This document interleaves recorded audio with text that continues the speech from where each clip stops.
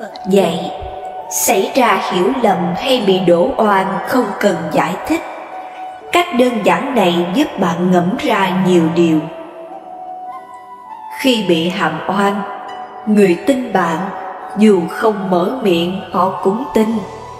Còn người không muốn tin, họ chỉ muốn nghe những gì họ nghĩ. Nữ chính Ranko Ando đi mua bánh kem, nhưng khách trong tiệm phải xếp hàng rất dài. Một cô bé chạy lên phía trước nói rằng muốn ăn chiếc bánh kem dâu tây, nhưng chỉ còn lại một cái duy nhất. Sau đó cô bé bị phụ huynh kéo về lại phía sau hàng. Những người kế tiếp đều chọn mua những chiếc bánh khác, nhưng đến lượt của Ando thì cô dửng dưng chọn mua cái bánh dâu tây ấy. Hành động của Ando khiến ai ai cũng phải nhìn và thể hiện sự phản cảm. Nhưng cô không hề để tâm và bắt đầu ăn chiếc bánh mới mua của mình. Chi tiết thể hiện nội tâm của Ando. Chỉ có chúng ta mới làm chủ cuộc đời mình, chứ không phải sống vì để thỏa mãn sự kỳ vọng của người khác. Trong cuộc sống thường ngày, Ando luôn tự mình làm mọi việc, hoàn toàn không để ý đến lời lẽ của những người xung quanh. Cuộc sống là của chúng ta và sống theo cách của chúng ta. Cho dù người khác không chịu thấu hiểu hoặc bản thân đang chìm trong một môi trường không hề có sự thiện cảm, thì cũng hãy chọn cách mỉm cười để đối mặt. Tóm lại, chúng ta quen với việc giải thích cho người khác hiểu mình, nhưng lại quên đi cách nhìn nhận bản thân. Nhiều lúc, bạn sẽ phát hiện khi càng nỗ lực giải thích, người khác sẽ càng hiểu theo chiều hướng tiêu cực hơn. Cũng giống như khi bạn cố thanh minh cho lỗi lầm của bạn, người khác sẽ càng nghi ngờ và mọi sự cố gắng sẽ tan thành bong bóng. Không ai có khả năng làm hài lòng tất cả mọi người. Vậy nên, bạn chỉ cần phấn đấu theo những gì bạn muốn để hoàn thiện bản thân. Mục tiêu sống của mỗi người là tìm thấy chính mình, chứ không phải sống vì người khác. Người không hiểu bạn, dẫu nói thế nào họ cũng không chịu hiểu. Một tài xế nọ vì sơ suất mà để sõng mất 3 bệnh nhân tâm thần. Vì để không bị đuổi việc, ông đã lái xe đến một điểm chờ xe buýt, hứa hẹn cho 3 người đi nhờ miễn phí. Nhưng thực ra, dùng họ thế chỗ vào 3 bệnh nhân đã bỏ trốn kia. Sau 1 tháng, cả 3 người đều thoát khỏi bệnh viện tâm thần. Một người phóng viên đến phỏng vấn họ và đã thu được những kết quả thú vị. Phóng viên hỏi người thứ nhất, làm sao để thoát khỏi bệnh tâm thần? Ông ta trả lời, tôi bảo với họ là trái đất hình cầu, quay xung quanh mặt trời. Cuối cùng bị họ tiêm cho một mũi. Phóng viên hỏi người thứ hai, làm sao để thoát khỏi bệnh viện tâm thần? Ông ta trả lời, tôi bảo với họ mình là nhà xã hội học và kể về những chuyện chính sự trên thế giới. Cuối cùng tôi cũng bị họ tiêm một mũi. Cuối cùng phóng viên hỏi người thứ ba, làm sao để thoát khỏi bệnh viện tâm thần? Ông trả lời, tôi cứ giữ im lặng. Khi họ làm gì đó cho tôi cũng cảm ơn. 1 tháng sau thì họ thả tôi ra. Sau đó tôi giải thích với họ và cứu thoát được 2 người bạn cùng khổ với mình. Oan ức thay vì bày tỏ, hãy im lặng làm tốt việc của mình. Sống trên đời ai cũng từng bị hiểu lầm, vu oan. Thế nhưng đừng cố giải thích với số đông sự thật, bởi vì người tin bạn, dù bạn không mở miệng thì họ cũng tin. Còn người không muốn tin, họ chỉ muốn nghe những gì họ nghĩ. Bị hiểu lầm giống như tâm mang một hòn đá nặng, lúc nào cũng thấy trong lòng dằn vặt và khổ sở. Bản thân vốn ngay thẳng, nhưng mọi người lại cho là xấu xa, giảo hoạt. Liệu rằng các mối quan hệ có còn được như xưa, hay những người quan trọng sẽ bỏ rơi mình mà đi mất? Có oan ức, tốt nhất đừng thanh minh hay bày tỏ thái độ gì cả, bởi lúc đó họ sẽ nghĩ bạn đang đổ lỗi, bao biện và cố gắng trốn chạy mà thôi. Thay vì làm đẹp lòng thiên hạ, bạn hãy làm tốt việc của mình. Tự yêu thương bản thân, luôn mỉm cười và nói cảm ơn mỗi khi nhận được sự giúp đỡ. Tâm của bạn trắng hay đen, thời gian sẽ có câu trả lời rõ nhất. Lưới trời lồng lộng, tuy thừa nhưng khó thoát.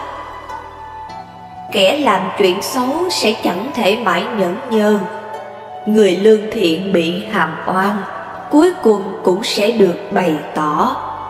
Vượt qua căn bệnh ung thư nhờ Phật Pháp. Giữa lúc tưởng chừng như đen tối và bế tắc nhất, MC Hạnh Phúc tìm đến đạo Phật như một sự cứu rỗi. Ánh sáng của Phật Pháp đã giúp Hạnh Phúc vượt qua biến cố và thay đổi cách sống. MC Hạnh Phúc sinh năm 1986 và hiện là người dẫn chương trình của Chuyển động 24 giờ Đài truyền hình Việt Nam. Trong một cuộc phỏng vấn, MC Hạnh Phúc từng chia sẻ về cái tên đặc biệt. Mẹ từng sảy thai nhiều lần, nên khi mẹ sinh được Phúc đầy đủ tháng, to khỏe, Phúc trở thành niềm hạnh phúc của cả gia đình. Và cho đến giờ, tôi vẫn tự hứa với bản thân phải cố gắng để bố mẹ luôn tự hào và hạnh phúc vì có mình. Cái tên cũng khiến tôi trăn trở và tự nhắc nhở rằng mình cần phải biết san sẻ hạnh phúc đến với những người bất hạnh xung quanh. Năm 2012, trong một lần đi xét nghiệm vì phát hiện có hạch ở cổ, anh vô cùng hoang mang khi được bác sĩ thông báo rằng mình đã bị ung thư máu. Đang ở vào những ngày tháng đẹp nhất của tuổi trẻ, với rất nhiều hoài bão còn chưa được thực hiện, Hạnh Phúc như phải nhận lấy giấy báo tử. Sốc và hoang mang, anh phải bỏ dở công việc và mọi dự định ở thành phố Hồ Chí Minh để trở về Hà Nội. Trong suốt hơn một tháng, anh sống trong nỗi lo lắng, tuyệt vọng trước căn bệnh quái ác. Không chỉ thương bố mẹ đã có tuổi, sau này sẽ không còn ai chăm sóc, mà anh còn cảm thấy có lỗi khi đã không quan tâm được nhiều đến đấng sinh thành.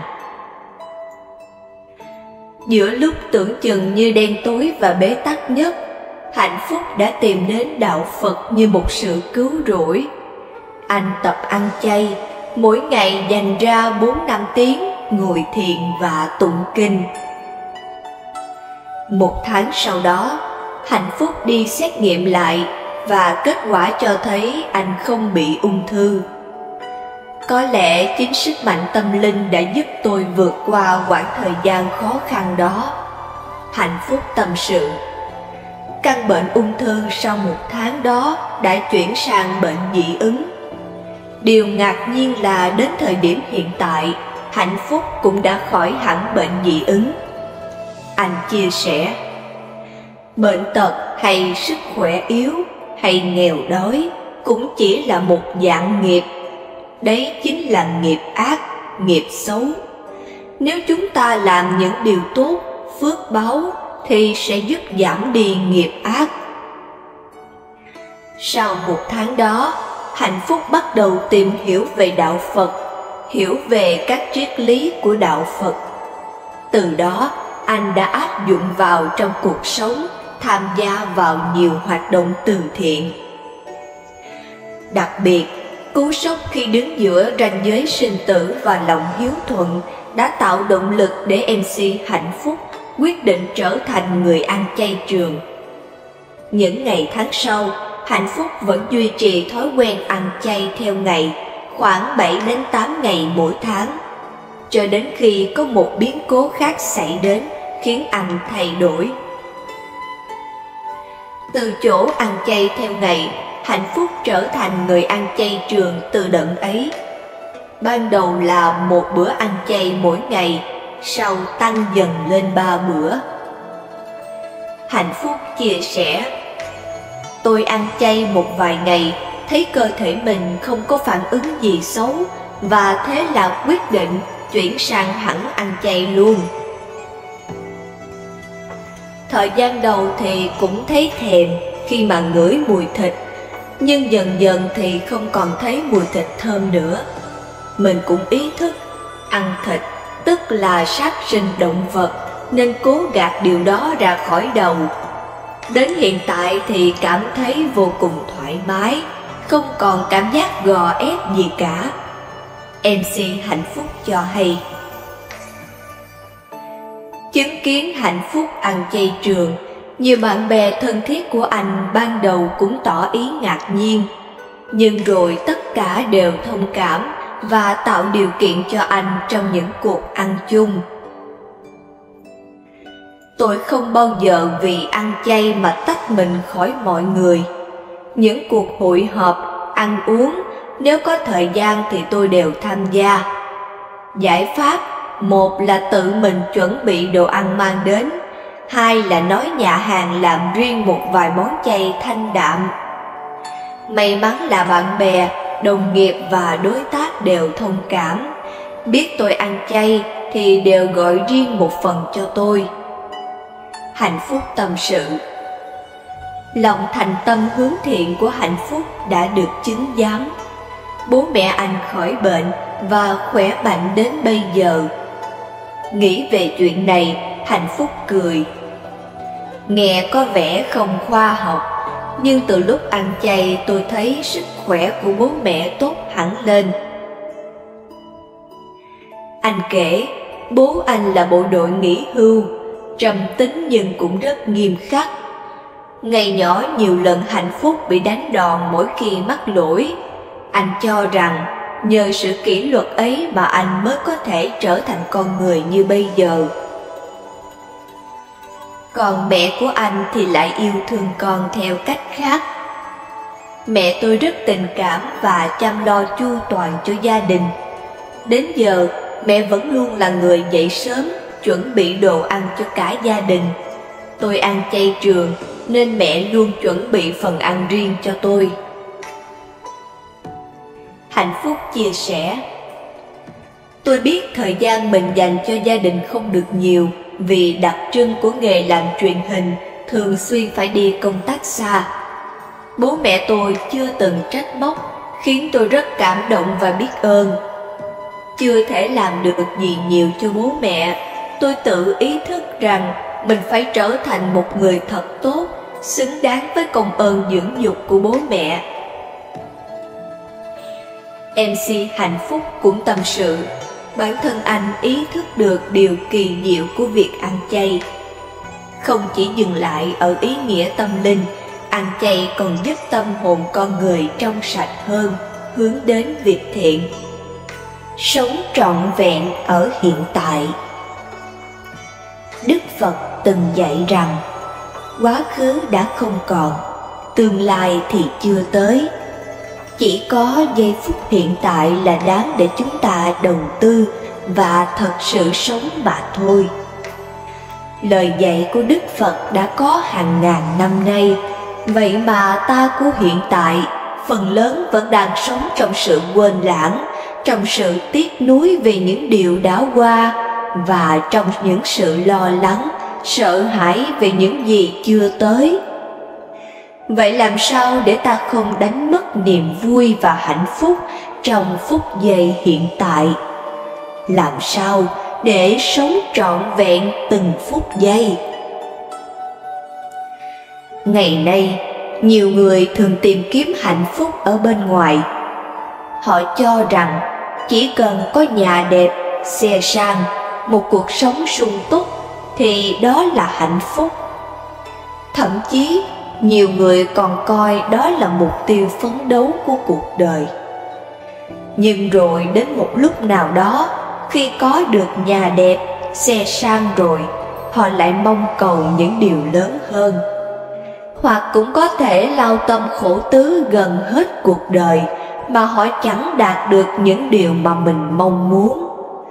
Rồi họ rơi vào trạng thái thất vọng, hoài nghi về năng lực bản thân, cảm thấy mình kém cỏi.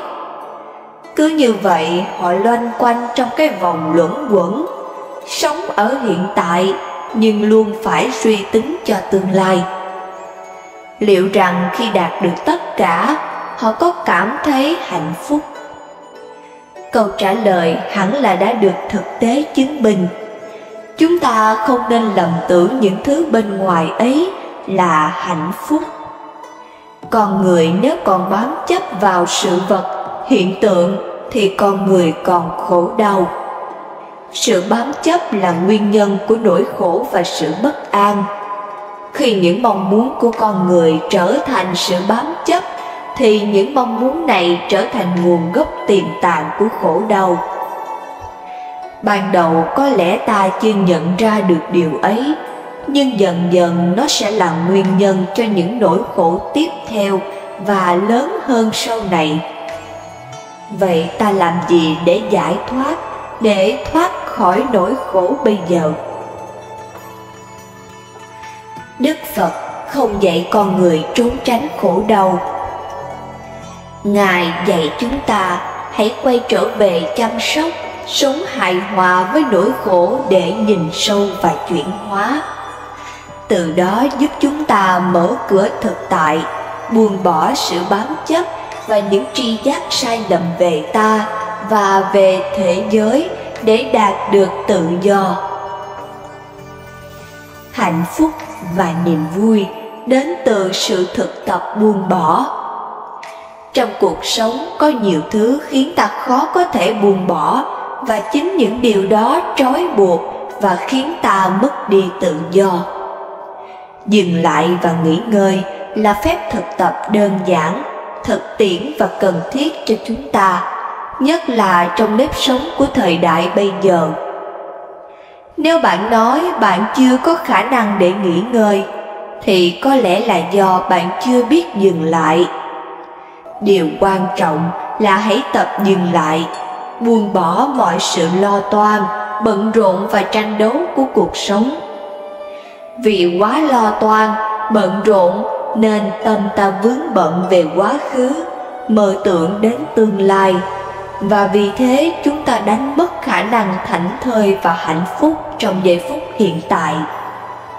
Hãy thực tập buông bỏ mọi sự tranh đấu, mọi lo sợ về tương lai, tiếc nuối về quá khứ, để có mặt đích thực cho sự sống của phút giây hiện tại. Đức Phật đã ban cho chúng ta những phương pháp thực tập rất cụ thể để chuyển hóa khổ đau, sợ hãi, thèm khát, hận thù và tuyệt vọng. Đừng tìm kiếm những phương pháp quá to tát hay lo sợ mình không có thời gian tu thiền. Hãy thực hành căn bản từ những việc làm nhỏ nhất như thiền đi, thiền thở, mỉm cười, ăn cơm. Mỗi khi tới giờ ăn, ta bước đi từng bước thảnh thơi, chánh niệm về phía nhà ăn. Sau khi ngồi xuống ăn thì ta cũng ăn trong chánh niệm. Cần ý thức rõ ràng đây là miếng đậu, đây là cà rốt, chứ không phải là sự buồn đau về một quá khứ đã qua hay suy tư về những dự án sắp tới. Bằng chánh niệm, ta ý thức được ta đang gắp cái gì. Khi đưa vào miệng, ta cũng ý thức được ta đưa vào miệng cái gì và ta đang nhai cái gì. Thứ ta nhai là miếng đậu, miếng cà rốt, chứ đừng đưa vào miệng giận hờn, lo âu hay sợ hãi. Nếu ta ăn cơm trong trạng thái mơ màng, lo âu, buồn tủi, thì những thứ chúng ta ăn không những ta chẳng cảm nhận được độ ngon, mà những thực phẩm ấy sẽ rất khó tiêu. Ngược lại, hãy tập nhai chậm rãi, ý thức được từng hành động của mình, thì khi đó ta sẽ cảm nhận được thứ ta đang nhai như một tặng phẩm của thiên nhiên. Tưởng như thực hành như vậy với các việc khác như đi, thở, làm việc, chắc chắn ta sẽ cảm nhận được hạnh phúc trong từng giây phút ta trải qua. Hạnh phúc và niềm vui đến từ sự thực tập buông bỏ. Đức Phật đã dạy tất cả những điều kiện của hạnh phúc đều có thể tìm thấy ngay bây giờ và ngay ở đây. Nếu ta có khả năng dừng lại, thiết lập thân tâm vững chãi trong giây phút hiện tại, ta sẽ nhận ra rằng tất cả những điều kiện của hạnh phúc đều đang có mặt ở hiện thực, ngay bây giờ và ngay ở đây. Bầy chim chôn cất ân nhân. Tôn Lương vốn là người quê mùa, nhưng lòng dạ lại rất nhân hậu. Tuy cảnh nhà nghèo túng, nhưng thường làm việc cứu vật phóng sanh. Mỗi lần đi đâu, thấy những con chim bị người ta giăng bẫy bắt nhốt trong lồng, ông liền đem tiền dành dụm, mua chim rồi thả chúng bay đi. Lúc mở cửa lồng để thả chim, nghe tiếng chim kêu ríu rít rồi bay lượn vòng trên hư không, trông rất tự do tự tại. Lòng ông cảm thấy vui thích, khoan khoái. Và như thế, ông cũng không biết là mình đã thả được bao nhiêu bầy chim rồi. Cho dù cuộc sống của ông vẫn nghèo, thiếu thốn đủ đường. Ông mất vào năm 70 tuổi, do không có người thân, cũng không có bằng hữu, lại thêm gia cảnh nghèo khó, nên không có tiền để lo việc tang ma, không người chôn cất. Cuối cùng, người ta đem thi thể của ông bỏ ở vùng núi ngoài thành, trông rất thê thảm. Bỗng dưng, có một bầy chim, cả ngàn vạn con cùng bay đến, đông rợp cả bầu trời. Trong miệng mỗi con ngậm một cục đất, bay nhả thành hàng trên thi thể của Tôn Lương. Không quá một ngày đã chất đầy đất lên như một ngọn đồi lớn. Tôn Lương đã được an táng một cách hy hữu như thế. Mọi người chung quanh thấy việc kỳ lạ, họ cố tìm nguyên nhân. Cuối cùng mới hiểu, do vì lúc sanh tiền, Tôn Lương thường mua chim phóng sanh. Bầy chim cảm ơn cứu mạng nên ngậm đất đắp mộ để báo đáp. Từ đó, dân làng càng hiểu rõ công đức của sự phóng sinh là vô cùng cao quý. Tham lam là liều thuốc độc. Đức Phật chỉ về 3 điều khi người ta mất đi mới biết, khiến ai nấy đều vô cùng sửng sốt. Còn người ta mệt mỏi cũng bởi sân si, càng tham ái, sân si nhiều càng mỏi mệt.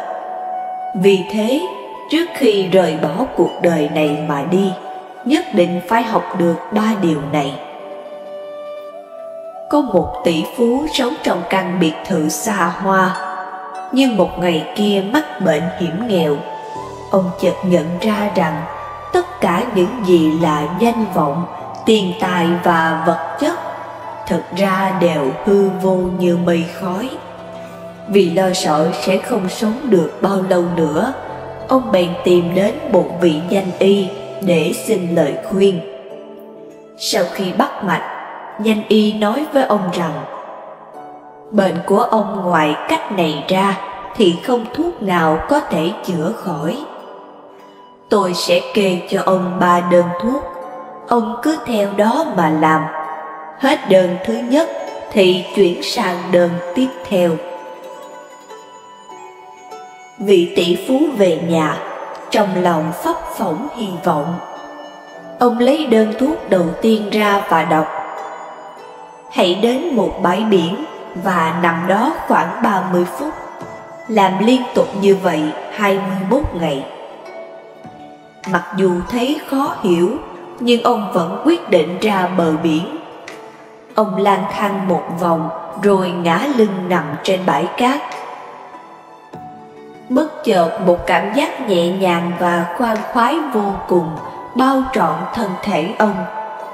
Vì trước đây công việc bận rộn nên ông không có cơ hội nghỉ ngơi. Nay ông có thể tĩnh tâm lại để lắng nghe tiếng gió thổi vi vu, tiếng sóng biển rì rào hòa lẫn với tiếng kêu thánh thót của đàn hải âu gọi bầy. Trái tim ông bỗng thổn thức. Chưa bao giờ ông có được cảm giác thoải mái như bây giờ. Ngày thứ 22, ông mở đơn thuốc thứ hai. Trong đó viết: hãy tìm 5 con cá hoặc tôm rồi thả chúng xuống biển, liên tục như vậy trong 21 ngày. Trong lòng ông đầy rẫy những băn khoăn, nhưng vẫn cặm cụi đi mua tôm cá rồi thả chúng ra biển. Ngắm nhìn từng con vật bé nhỏ được trở về với biển khơi, trong lòng ông không nén nổi xúc động. Ngày thứ 43, ông đọc đơn thuốc thứ 3. Tìm một cành cây và viết những điều khiến ông cảm thấy không hài lòng lên bãi cát. Nhưng khi ông vừa viết xong, thủy triều lại cuốn tất cả xuống biển. Ông cứ viết, sóng lại cuốn đi, cứ viết rồi sóng lại cuốn đi, cứ liên tục như thế. Ông bật khóc nức nở vì chợt hiểu ra tất cả. Khi về nhà, ông cảm thấy toàn thân nhẹ nhàng, tinh thần chưa bao giờ thoải mái và tự tại đến thế. Thậm chí ông cũng không còn sợ cái chết nữa. Thì ra con người ta chỉ cần học được 3 điều trên thì sẽ vui vẻ, hạnh phúc. Thứ nhất là nghỉ ngơi, thứ hai là cho đi, thứ ba là buông xuống. Làm người nhất định phải biết nghỉ ngơi. Phật giáo cho rằng trong xã hội này có 2 loại người. Một là quá tham lam, mong muốn và theo đuổi sự thành công, mong muốn kiếm tiền, ham muốn sao cho mình không ngừng vươn xa hơn nữa. Còn loại người thứ hai sống không có mục đích, không có chí tiến thủ. Nhưng chúng ta cần nhận thức rõ rằng có người mới được ít đã thấy đủ, có người biết đủ và cảm thấy vui vẻ. Đây là 2 dạng người không giống nhau. Người được ít mà thấy đủ chính là người chỉ cần có được chút ít đã xem là quá đủ. Người biết đủ, cảm thấy vui vẻ chính là người có nhục cũng cảm thấy vừa đủ, có ít cũng cảm thấy đủ. Có được nhiều thì càng tốt, mà có được ít cũng không sao. Họ không để mình cảm thấy đau khổ, không làm tổn hại đến người khác. Đó chính là biết đủ sẽ cảm thấy vui vẻ, tri túc. Nếu một người lao đầu vào kiếm tiền, không chừa thủ đoạn nào để theo đuổi thành công và tài phúc, mà không biết dừng lại nghĩ, thì sẽ có ngày cảm thấy vô cùng mỏi mệt. Theo đuổi những chân trời viễn vọng khiến ta rất đau khổ, rất căng thẳng. Bởi vì khi đã giành được nó, ta lại sợ mất đi. Sau khi mất đi thì lại muốn giành được nó. Cũng gần giống như việc đánh bạc, mong muốn tất cả những đồng tiền ở túi kẻ khác sẽ trở thành tiền của mình. Bị thua lại mong thắng, thắng được rồi lại muốn thắng tiếp, không bao giờ biết thỏa mãn. Người thông minh là người biết nên làm và nên nghỉ ngơi hợp lý. Có như thế mới cân bằng cuộc sống và an nhiên, tự tại. Đồng thời, con người sống cũng phải biết cho đi. Trong cuộc sống này, những gì ta cho đi bằng tình người mới thực sự đúng nghĩa là cho, mà không phải là sự trao đổi hay mua bán dưới nhiều hình thức. Tuy nhiên, nếu ta biết cho đi những giá trị vật chất để giúp đỡ hoặc chia sẻ khó khăn cho người khác, thì đây chính là cách giúp ta có thể nhận lại được niềm vui và hạnh phúc, bởi trong ta không có sự toàn tính. Khi cho đi mà chúng ta không kèm theo bất cứ một điều kiện hay sự mong cầu nào, thì chính ngay khi ấy chúng ta đã nuôi dưỡng được lòng từ bi vô hạn. Khi ta cho mà không có sự tính toán, thì sự cho ấy mới là cao thượng, nên ta sẽ nhận được sự an lạc, hạnh phúc. Còn một điều nữa, đó là phải học cách buông xuống. Nếu như con người biết buông xả trong đời sống hiện tại, buông đi những lợi danh, buông đi những hận thù chấp nhặt, đồng thời xả đi những mưu cầu tính toán cho bản thân, xả đi những tham sân si trong cuộc sống thường nhật, thì sẽ tự tìm thấy cho mình niềm an vui và thanh thản trong tâm hồn. Bởi khi biết buông xả, thì tâm ta mới trong sáng để vượt qua những cám dỗ của tham sân si, của mạn nghi ác kiến, để rồi nhìn thấy niềm vui xung quanh ta. Có buông xả được thì lòng ta mới rộng mở. Ai nói gì không vừa ý cũng bỏ qua mà không chấp. Nếu ai có làm điều gì xúc phạm thì cũng dễ dàng tha thứ. Mà nếu có giận có buồn thì chỉ một vài phút hoặc một vài giờ, cùng lắm một vài đêm, rồi quên hết đi cho đời mình được an vui. Tham lam là một liều thuốc độc, và dục vọng là con dao hai lưỡi. Có một cuộc sống ổn định rồi vẫn muốn theo đuổi sự thoải mái. Có cuộc sống thoải mái rồi lại muốn hưởng thụ những vật chất xa hoa. Nếu dục vọng không có điểm dừng, thì con người vĩnh viễn không bao giờ cảm thấy đủ, không bao giờ cảm thấy thỏa mãn, và cũng không bao giờ tìm kiếm được niềm vui. Hãy trân trọng những gì bạn đang có. Bạn sẽ thấy rằng bản thân mình là người giàu có nhất trên cõi đời này. Bạn nên biết, khi bạn đã cả đời lao động vất vả, khi đã đến tuổi về hưu, có nghĩa là bạn đã làm xong nghĩa vụ với đất nước, với gia đình và với bản thân mình. Đây là lúc bạn phải buông tất cả để niệm Phật và tu hành, làm điều công đức để tạo nhân duyên phước đức cho mình mà về với Phật. Nếu bạn còn tham mà làm việc để kiếm thêm tiền, tức là bạn đã ăn hết lộc của bạn ở đời này. Đời sau bạn sẽ trở thành người nghèo khổ nhất thế gian. Và quan trọng là khi chết, tất cả vất đi hết, không mang được gì đi, mà nghiệp thì vẫn phải trả. Vậy còn lý do gì để bạn không buông xả? Bạn làm sao phải tự hành hạ mình?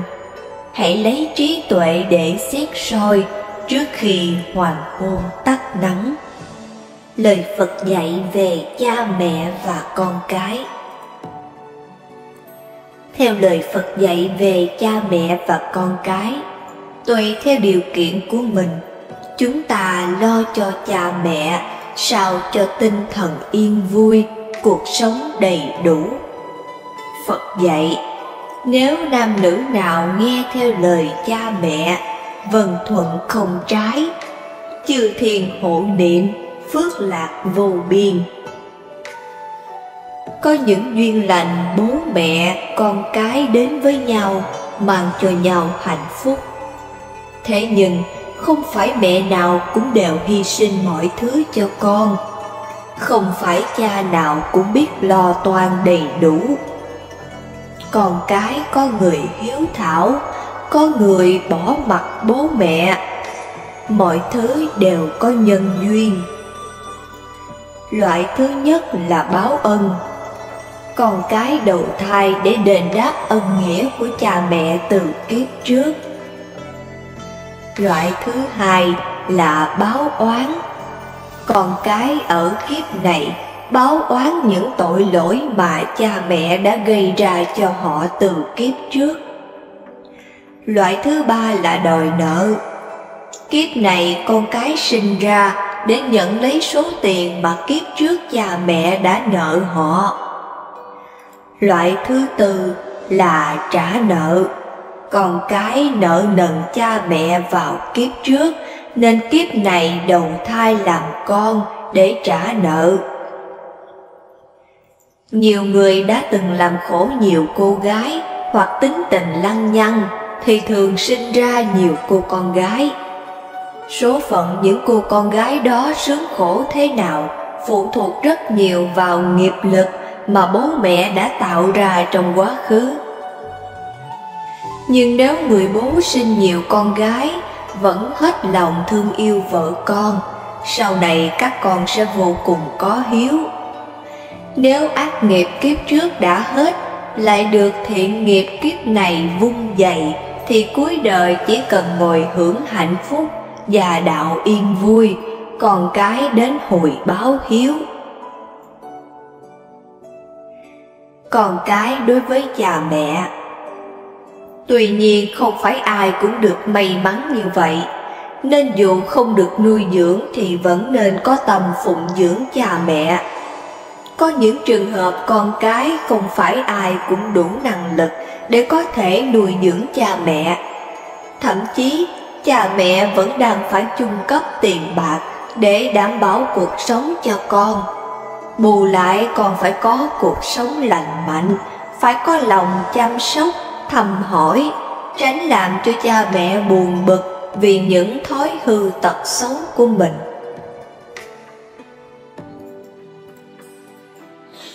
Thứ nhất, người làm bổn phận đối với cha mẹ.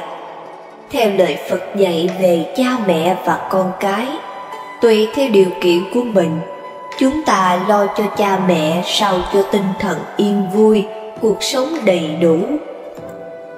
Phật dạy, nếu nam nữ nào theo lời cha mẹ, vâng thuận không trái, chư thiên hộ niệm, phước lạc vô biên. Nhưng không phải bố mẹ nào cũng tốt, cũng làm điều đúng. Phật cũng dặn dò, nếu cha mẹ khởi tà kiến thì nên giúp cha mẹ có chánh kiến. Nếu cha mẹ làm việc ác, phải khuyến khích cha mẹ hướng đường thiện. Con cái phải học tập để có trí, mới biết việc nào dẫn đến quả xấu, việc nào đưa đến quả tốt, để mà tránh, mới biết khuyên ngăn khích lệ cha mẹ làm cho đúng pháp. Dùng những lời lẽ phù hợp để khuyên ngăn cha mẹ không làm việc xấu mà không khiến họ buồn lòng. Thứ hai, giữ gìn gia đình và truyền thống. Truyền thống gia đình là điều đáng để nâng niu. Tất nhiên, những hủ tục thì nên loại trừ. Ví dụ truyền thống anh em trong nhà thương yêu, cùng nhau tạo dựng hạnh phúc, dạy con ngoan ngoãn, hiếu hạnh với cha mẹ mình là việc nên phát huy. Thứ ba là làm tang lễ khi cha mẹ qua đời. Khi di mẫu qua đời, Đức Phật đã đích thân làm lễ cúng dường, nhất định cần thiết cho việc báo hiếu. Tang lễ thế nào, vẫn có hai việc cần làm là không sát sanh và bố thí cúng dường. Không vung vãi đồ ăn thức uống phí phạm, cúng được cổ chay càng tốt. Bố thí là thí cho người nghèo khó, không của thì mang công sức giúp người, dùng đó hồi hướng. Lấy tiền phúng điếu đem tặng các viện mồ côi, dưỡng lão cũng là hình thức bố thí. Làm vậy người chết được phước 1 phần, người sống 6 phần. Thứ tư là bảo vệ tài sản thừa tự. Được thừa tự tài sản là một trong các phước báu. Bảo vệ tài sản thừa tự chính là bảo vệ phước báu của mình. Tài sản cha mẹ để lại, nếu thấy phá tán, cha mẹ sẽ buồn. Vì thế bảo vệ tài sản thừa tự giúp cha mẹ vui, cũng là phụng dưỡng cha mẹ ở mặt tinh thần, khiến cho tài sản đó được phát triển thì càng tốt nữa. Cần phát triển nó bằng hướng lương thiện, có thể dùng phần nhỏ để cúng dường tam bảo, bố thí, giúp đỡ anh em, người nghèo khó, bệnh hoạn lỡ thời. Cha mẹ đối với con cái. Theo lời Phật dạy, người Phật tử khi làm cha mẹ phải có bổn phận thương yêu, nuôi nấng, giáo dục con cái trưởng thành về thể chất, tinh thần, nhân cách, đạo đức, tạo dựng nghề nghiệp và khả năng tự lập cho con cái. Thứ nhất là thương yêu con cái. Nuôi nấng con cái là nền tảng đạo đức, là trách nhiệm thiêng liêng cao quý của người làm cha làm mẹ. Nếu sinh con ra không được như ý muốn thì cũng đừng buồn giận. Chỉ là ta đang phải trả nghiệp cho kiếp trước hay cho những gì ta làm trong quá khứ mà thôi. Cha mẹ dạy con điều hay, tin sâu nhân quả, tránh ác làm lành, tin chính mình là chủ nhân của bao điều họa phúc. Nhờ vậy con cái khi khôn lớn trưởng thành sẽ biết cách hoàn thiện chính mình. Vì quá thương yêu con, nhiều người làm điều ác, điều gian để có tiền. Đừng vì ích kỷ, thù hằn cá nhân mà gây ác nghiệp. Có thể kiếp sau quả báo mới tới, nhưng cũng có thể kiếp này đã tới ngay trong đời con cái của mình. Thứ hai, cung cấp cho con cái đầy đủ. Trong khả năng của mình, cha mẹ có trách nhiệm với con cái là không để chúng thiếu thốn về vật chất và tinh thần. Trên phương diện tinh thần, cha mẹ phải thường xuyên quan tâm chăm sóc, chia sẻ hỏi han để động viên con cái vượt qua mọi khó khăn trong cuộc sống. Thứ ba, tạo dựng nghề nghiệp chân chính cho con cái. Không chỉ đối với lời Phật dạy về cha mẹ và con cái, mà Phật giáo luôn lấy nhân quả làm nền tảng để giáo dục, vì đã loại bỏ yếu tố ỷ lại vào người khác và phát triển năng lực làm chủ bản thân. Con cái được bố mẹ hỗ trợ, định hướng trong nghề nghiệp, nhưng chính bản thân con phải độc lập và tự lực phát triển. Thứ tư, tìm nơi chốn xứng đáng để dựng vợ gả chồng. Bố mẹ còn phải chăm lo đời sống lứa đôi cho con cái, đưa ra những lời khuyên giúp con tỉnh táo hơn trong việc chọn một nửa yêu thương. Tuy nhiên, vẫn tôn trọng quyết định đời sống hôn nhân của chúng, được quyền lựa chọn theo nhân duyên của mỗi người.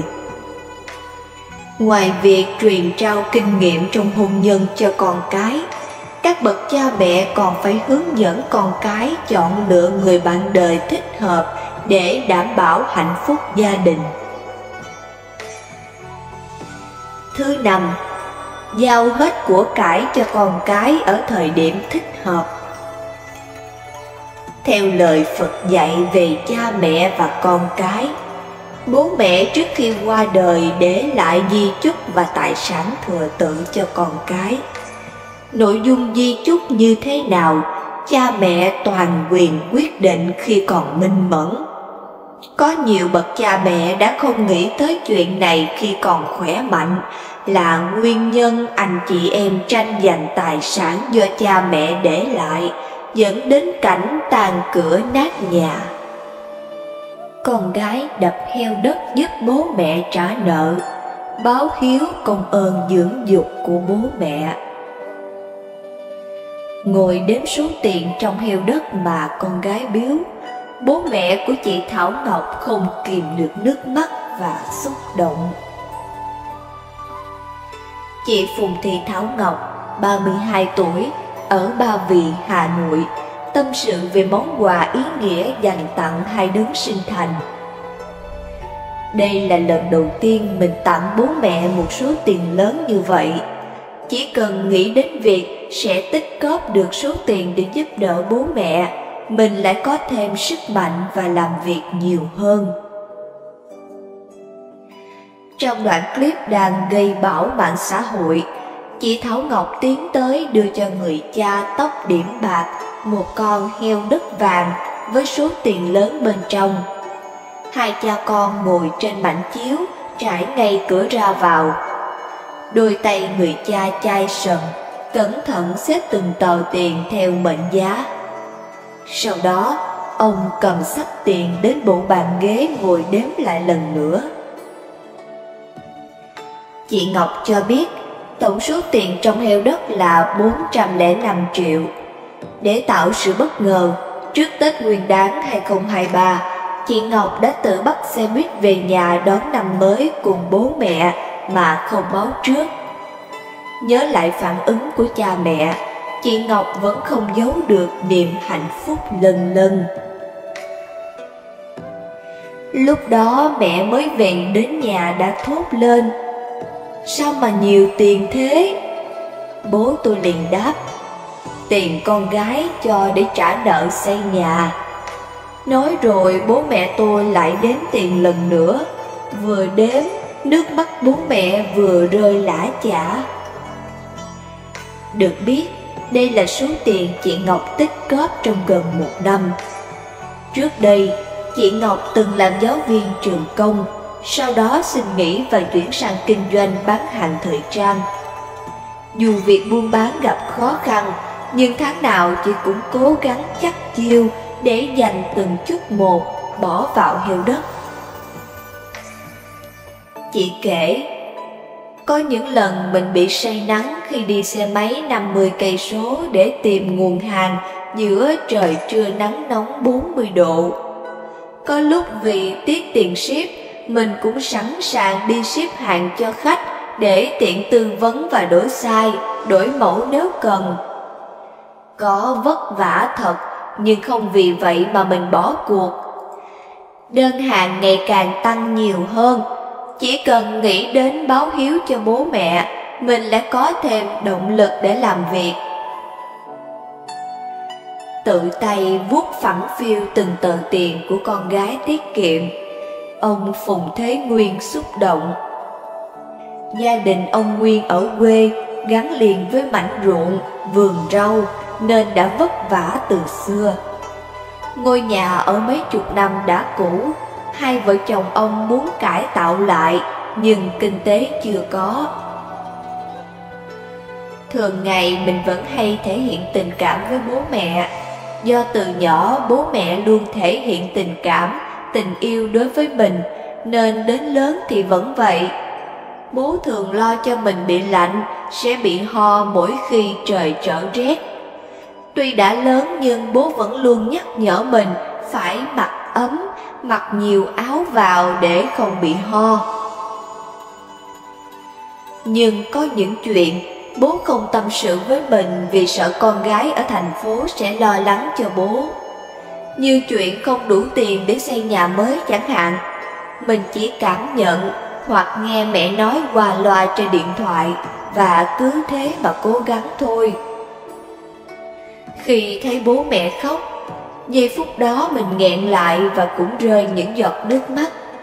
Đó là giọt nước mắt của sự cố gắng, của niềm hạnh phúc do chính đôi tay mình làm nên sau bao nhiêu cố gắng, sự đánh đổi nghề nghiệp mà có được. Cẩn thận khi gieo nhân.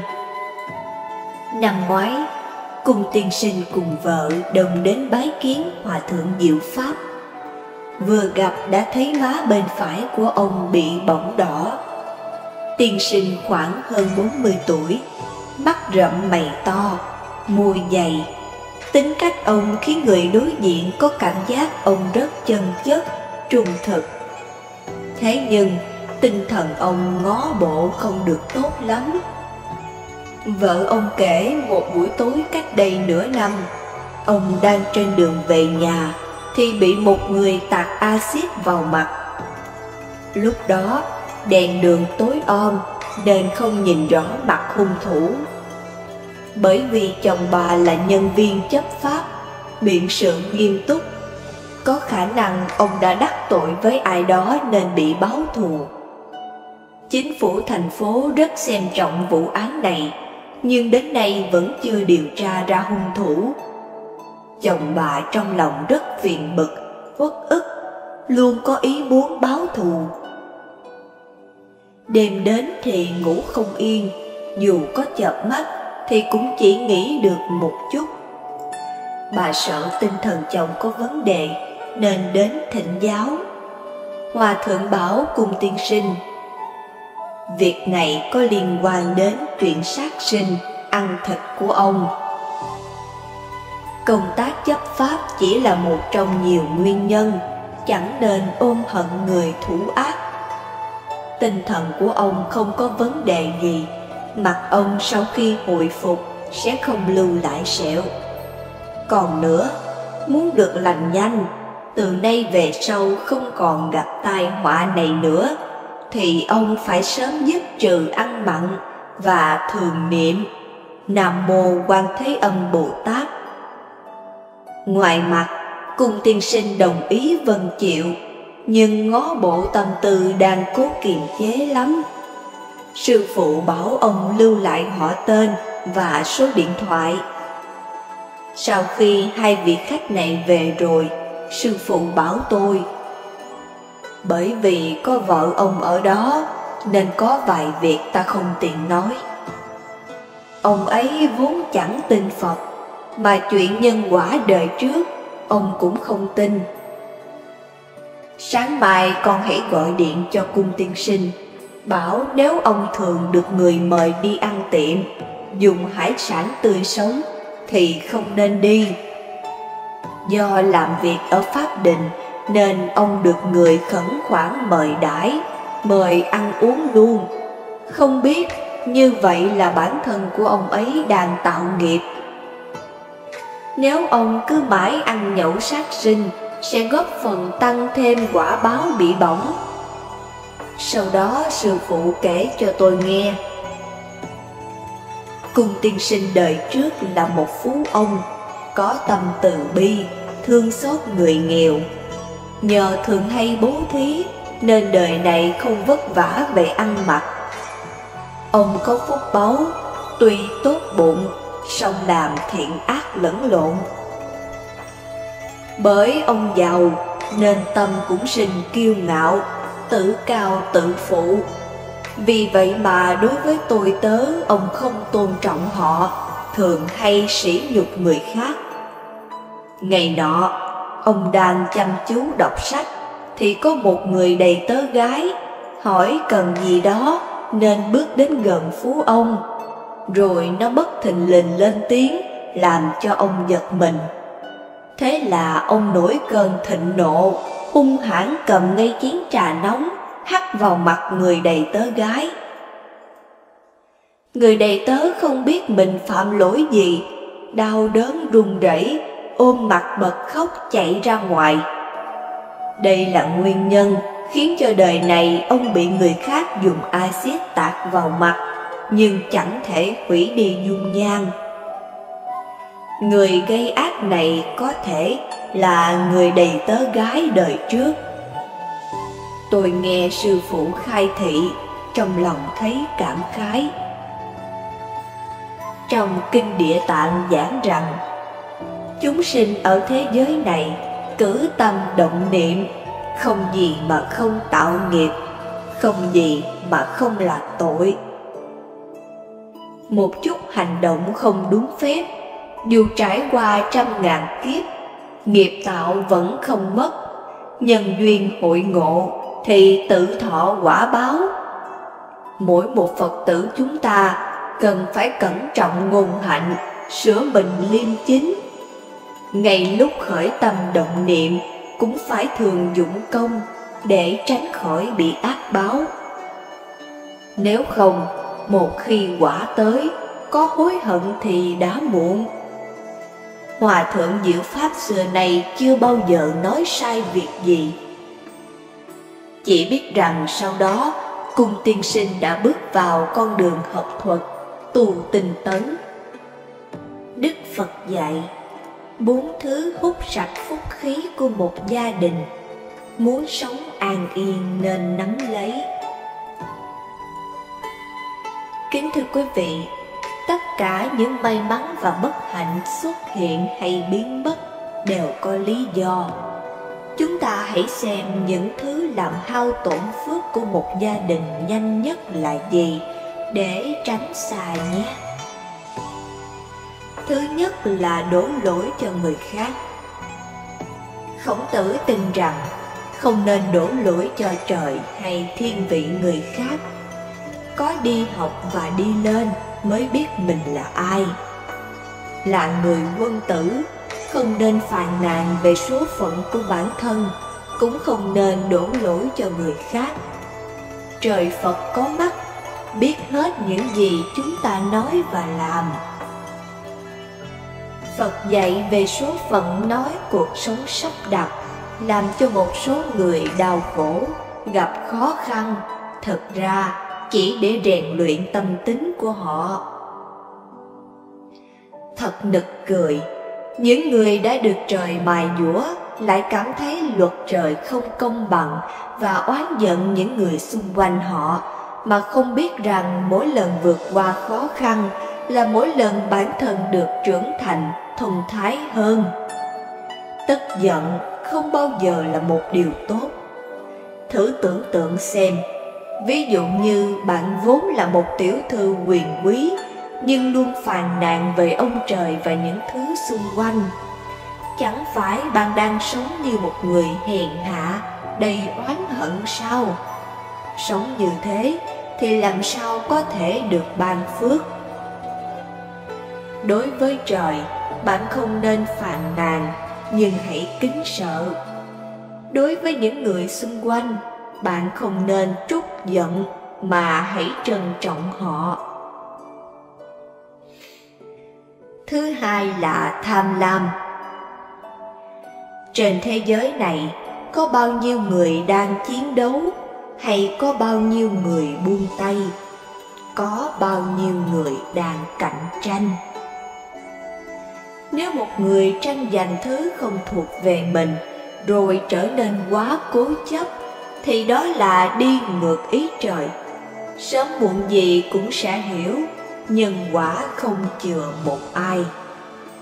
Trong một gia đình, một số anh chị em tranh giành tài sản không phải của mình với những người ruột thịt. Kết quả là nó vừa phá hủy mối quan hệ gia đình, vừa biến những người thân xung quanh họ thành kẻ thù. Tất cả những gì thuộc về chúng ta, chỉ cần chúng ta cố gắng hết sức, sẽ có được mà không cần giành giật. Tất cả những gì không thuộc về mình, dù có ép buộc thế nào cũng chẳng được gì, đồng thời cũng làm hỏng cả phần đời còn lại. Nhân quả rất công bằng, nó có thể lấy lại những gì đã trao cho người không xứng đáng. Trên nhân đạo là thiên đạo, đừng xem thường ý trời. Gia đình nào mà càng có nhiều con cháu tham lam, thì càng về sau, gia đình đó càng mất phước rất nhanh. Thứ ba là tâm bất an. Trạng thái lý tưởng nhất của cuộc sống là mọi người sống hòa thuận với nhau và không tham gia quá nhiều vào việc làm hại lẫn nhau. Nhưng thực tế là ai cũng có những toan tính nhỏ nhặt của riêng mình. Tính toán quá chi ly, không có quá nhiều sự nhún nhường và thỏa hiệp, chỉ có sự háo thắng của kẻ hám lợi mà thôi. Đến cả người thân trong nhà đôi khi còn ganh ghét nhau, làm khó nhau. Lòng người có thể gói gọn trong chữ bồn chồn. Nếu một người bồn chồn, nó sẽ ảnh hưởng đến những người xung quanh người đó. Nếu một nhóm người bất an sẽ làm ảnh hưởng đến nhiều gia đình. Từ góc độ tâm lý con người, nếu cuộc sống quá bình thường thì sẽ có người đến quậy phá. Nếu cuộc sống quá ổn định thì sẽ có người bất an. Nếu cuộc sống quá bình lặng thì sẽ có người phá hoại. Trái tim con người là thứ đáng sợ nhất trên đời này. Chính cái lòng không yên đã khiến người ta làm những việc này. Một khi con người trở nên bất an liên tục, không chỉ phước lành của bản thân họ sẽ bị mất đi, mà ngay cả phước lành của gia đình họ cũng sẽ bị ảnh hưởng. Nếu bạn đọc câu chuyện về giàu vật chất nhưng bất an, sẽ thấy bản thân mình có bao nhiêu ảo vọng, bất an, để rồi tự đánh rơi phước lành của bản thân và gia đình. Cuối cùng là chính thái độ cầu nhanh. Khái niệm nhanh đã khắc sâu vào tâm khảm con người hiện đại. Nó chính là thứ làm hao tổn phước của một gia đình. Hầu hết mọi người nghĩ rằng miễn họ có tốc độ nhanh nhảu thì quá trình của mọi thứ đều có thể được đẩy nhanh. Thực ra, cái gọi là đến vội, đi vội là sự thật mà nhiều người vẫn cố chấp chưa chịu tin. Giống như việc kiếm tiền, bạn thích kiếm tiền nhanh chóng, nhưng khi kiếm được rồi bạn sẽ không quá coi trọng đồng tiền, tiêu pha rất hoang phí. Trong suốt quá trình này, bạn sẽ không khỏi băn khoăn, tại sao người khác lại giàu có dễ dàng, trong khi họ lạc lối và kiếm tiền nhanh chóng. Sau một vài năm, những người kiếm tiền nhanh chóng đã phá sản. Có những người kiếm tiền chậm nhưng đều đặn, sống một cuộc sống ổn định và ngày càng tích lũy được nhiều tiền hơn. Nếu quá nhanh, xu hướng suy thoái sẽ xuất hiện trước khi bạn kịp giàu có. Không cần phải nhanh chóng trong mọi việc, hãy cứ bình tĩnh làm từng việc thật chắc chắn thì cuộc sống sẽ ngày càng ổn định. Những người tham lam muốn giàu nhanh, kiếm tiền nhanh mà không cần tốn nhiều công sức, thời gian thì sớm muộn cũng phá sản. 30 chưa phải là Tết, nên đừng có cười vội. Quả quyết hoàn thành việc nhân.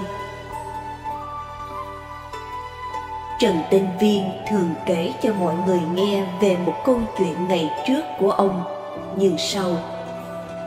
Một lần nọ, ông cùng các bạn bè thi rớt kéo nhau đến thư viện Tây Hồ uống rượu giải sầu.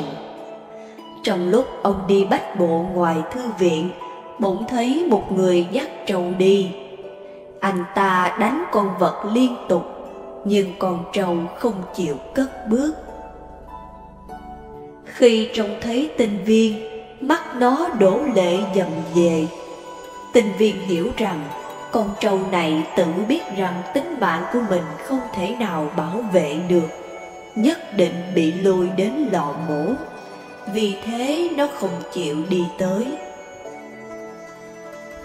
Chứng kiến cảnh ngộ ấy, Tinh Viên động lòng trắc ẩn, liền đến hỏi người dắt trâu: con trâu này giá bao nhiêu vậy? Người kia đáp: 15 quan. Thế là ngay lập tức Tinh Viên trở vào trong thư viện, nói với bạn bè: số tiền chúng ta chi trả còn thừa, vì sao không dùng nó làm việc thiện nhỉ? hay là chúng ta xuất ra để mua trâu mà phóng sinh? Một người bạn học đáp: không được đâu, số tiền mà chúng ta góp được hôm nay là nhằm mục đích để dành đến ngày thi năm sau.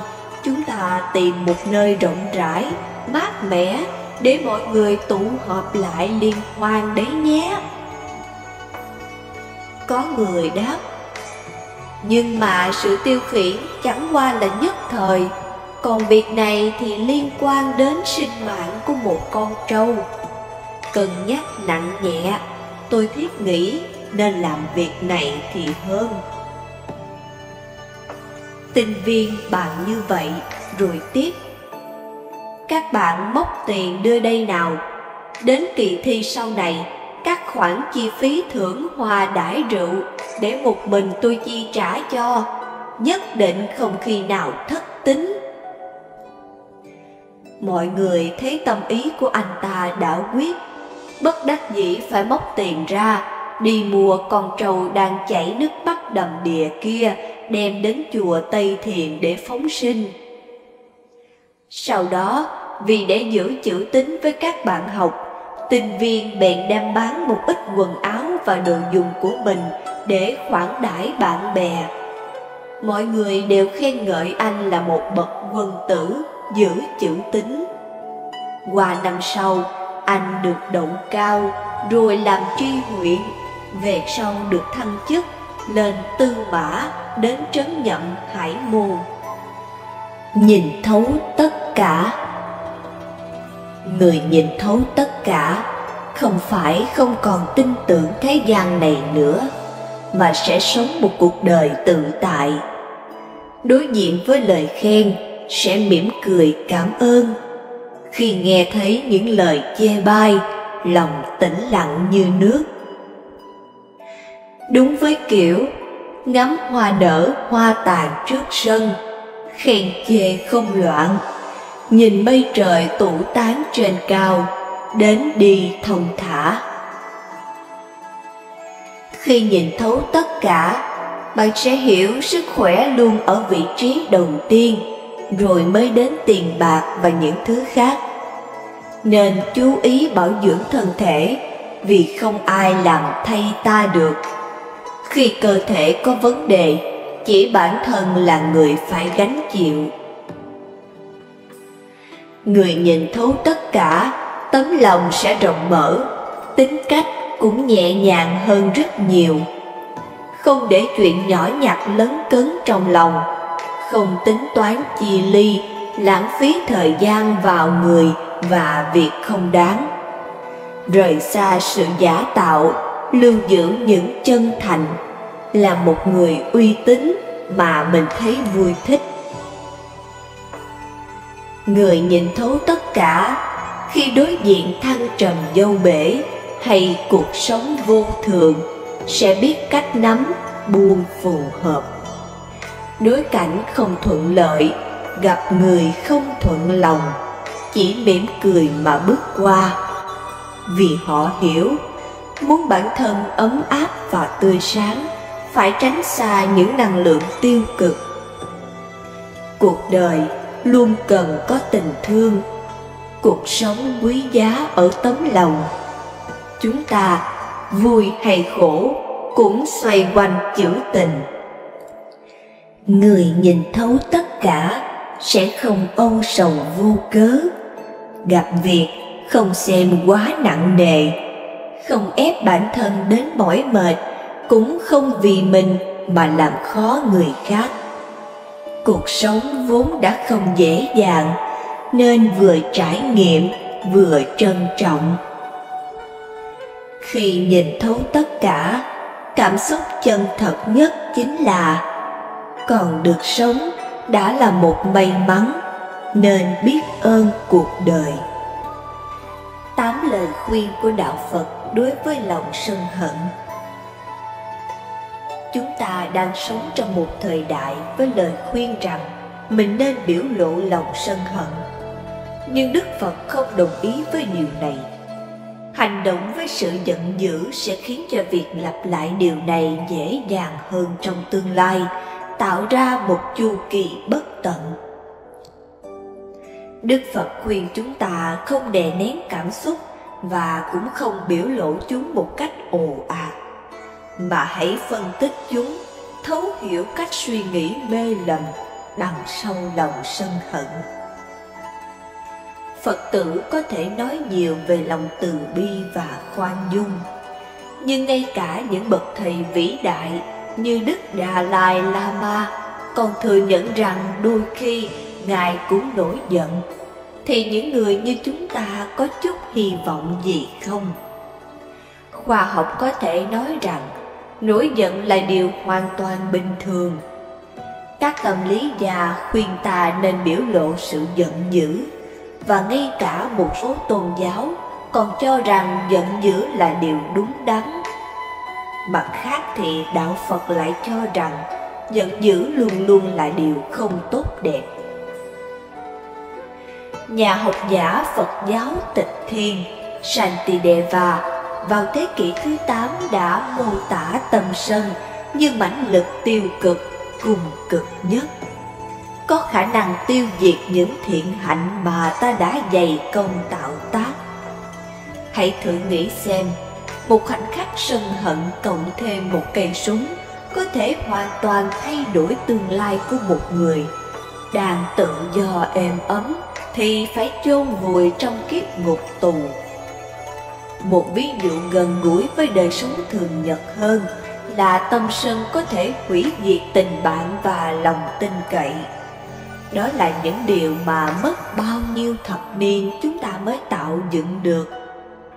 Cuối cùng, tâm sân còn nguy hiểm hơn tất cả những quả bom, dao và súng gộp lại trên toàn thế giới. Chúng ta biết sân hận không phải một tâm thái vui vẻ, nhưng mình có thể làm gì đây? Đạo Phật đưa ra một số phương pháp đơn giản giúp ta chuyển hóa tâm mình. Nhưng xin báo trước là không có thần dược đâu nhé. Đây là 8 lời khuyên thượng thặng của nhà Phật để đối phó với tâm sân. Đầu tiên, đời là thế, kiếp luân hồi. Bài thuyết pháp đầu tiên của Đức Phật 2.500 năm trước đã đi thẳng vào vấn đề cuộc đời bất toại nguyện. Bạn nghĩ sao? Cuộc đời của chúng ta sẽ không bao giờ được như ý. Chúng ta sinh ra rồi chết đi. Trong khoảng thời gian giữa hai biến cố này sẽ có những lúc vui, lúc buồn, và những lúc mà ta hoàn toàn không có cảm giác gì cả. Chu kỳ bất tận này là điều mà nhà Phật gọi là luân hồi. Khi bước vào thế gian này, không có ai nói rằng đời sẽ đẹp, sẽ dễ chịu và là nguồn vui bất tận. Mọi việc sẽ luôn luôn xảy ra theo ý muốn của mình chăng? Khi hiểu được cảnh ngộ của mình trong luân hồi, ta cũng sẽ hiểu được hoàn cảnh của mọi người. Tất cả chúng ta đều có cùng cảnh ngộ. Nổi giận với hoàn cảnh, với người khác hay với bản thân cũng không cải thiện được điều gì. Người ta nói và làm những điều mà mình có thể không thích, bởi vì cuộc đời của họ cũng tệ hại đúng như thế. Cách suy nghĩ như vậy có thể chuyển hóa cái nhìn của mình một cách triệt để. Dù mỗi một người trong chúng ta dường như là trung tâm vũ trụ của mình, nhưng không có nghĩa là mọi sự phải hay sẽ luôn xảy ra theo ý mình. Điều thứ hai, hãy làm người hùng, nhẫn nại. Phiền não sẽ bị dập tắt một cách hữu hiệu nhất bằng pháp đối kháng với nó. Bởi vì dùng lửa để dập tắt lửa thì không bao giờ được. Tại sao? Bởi vì tâm mình không thể ôm ấp hai cảm xúc đối nghịch nhau trong cùng một lúc. Bạn không thể la mắng người nào và nhẫn nại với người đó trong cùng một lúc. không cách nào làm như thế được. Nhiều người xem lòng nhẫn nại là dấu hiệu của sự yếu đuối. Khi bạn để cho người khác chà đạp lên mình và có được bất cứ điều gì họ muốn. Tuy nhiên, trên thực tế thì điều này khác xa. Khi chúng ta bực bội thì sẽ dễ la hét giường nào. Còn muốn giữ bình tĩnh và kiểm soát được cảm xúc thì khó khăn đến mức nào. Nghe lời cảm giác của mình và đi theo sự dẫn dắt của nó sẽ không khiến mình trở thành anh hùng, mà chỉ làm cho mình yếu đuối. Vì vậy lần sau, khi sắp sửa nổi cơn la hét, thì hãy vung kiếm nhẫn nại lên và chặt đứt cơn giận. Bằng cách nào? Ta có thể cố thở thật sâu. Đó là pháp đối kháng trực tiếp với hơi thở ngắn và hỗn hển khi nổi giận. Nếu như ta thấy tinh thần bắt đầu căng thẳng, ta có thể đếm đến 100 một cách chậm rãi để chặn đứng việc thốt ra những lời mà mình sẽ hối hận sau này. Hoặc nếu phải trực tiếp đối đầu với người nào thì ta có thể rời bỏ hiện trường trước khi mọi việc xuống dốc. Mỗi hoàn cảnh đều khác nhau, nên bạn cần phải sử dụng trí óc để xem cách nào hữu hiệu nhất cho mình. Hãy thực tế phân tích hoàn cảnh. Khi nổi giận thì cơn thịnh nộ có vẻ như xuất hiện một đấng bảo hộ, như người bạn thân chăm sóc lợi ích của mình, giúp mình chiến đấu nơi chiến trường.